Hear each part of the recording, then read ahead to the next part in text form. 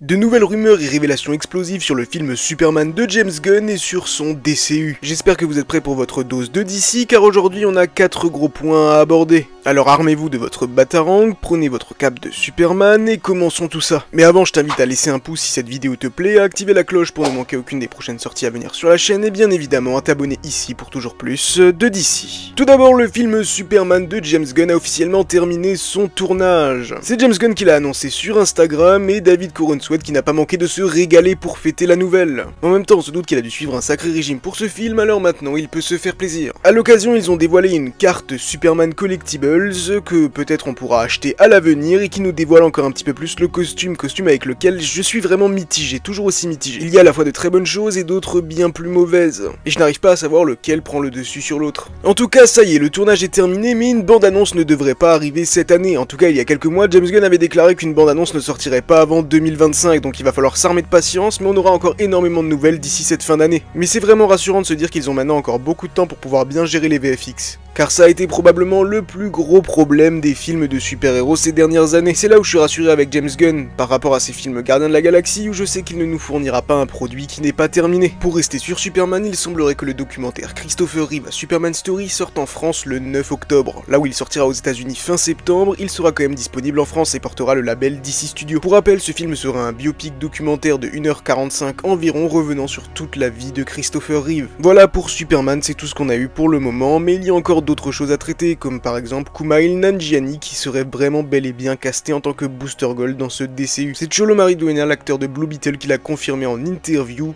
Kumail Nanjiani va bel et bien incarner Booster Gold Michael Carter dans le DCU de James Gunn et Peter Safran. C'est assez étrange que James Gunn ne l'ait pas encore confirmé officiellement, car Daniel RPK, qui est un scooper très fiable, l'avait déjà déclaré il y a quelques temps. Peut-être qu'il va y avoir un événement style DC Fandom où James Gunn garde toutes ses annonces pour ce moment-là. Et nous allons finir avec la fameuse série Lanterns, qui est la série pleine de promesses que j'attends énormément. On a eu des informations supplémentaires dessus. Elle devrait commencer son tournage début 2025, donc un acteur ne devrait pas tarder, et apparemment il chercherait à obtenir un très grand nom pour incarner Hal Jordan. Il y avait eu des rumeurs évoquant le nom de Channing Tatum il y a quelques temps et je pense que ce serait pas déconnant que ce soit cet acteur qui ait été casté, et personnellement je serais plutôt satisfait de ce casting. En tout cas, on sait que les castings ont officiellement commencé, il devrait y avoir une annonce dans vraiment pas longtemps, donc comme dit, ce serait vraiment cool de ramener un événement comme le DC Fandom pour justement faire un tas d'annonces. Là où le Comic Con a été vraiment très maigre. Mais en tout cas, si on se fie aux premières rumeurs, il semblerait vraiment que Jon Stewart sera mis un petit peu plus en avant dans ce DCU, en tout cas je pense que ce sera lui le Green Lantern de la Justice League. Quant à Hal Jordan, on le suivra peut-être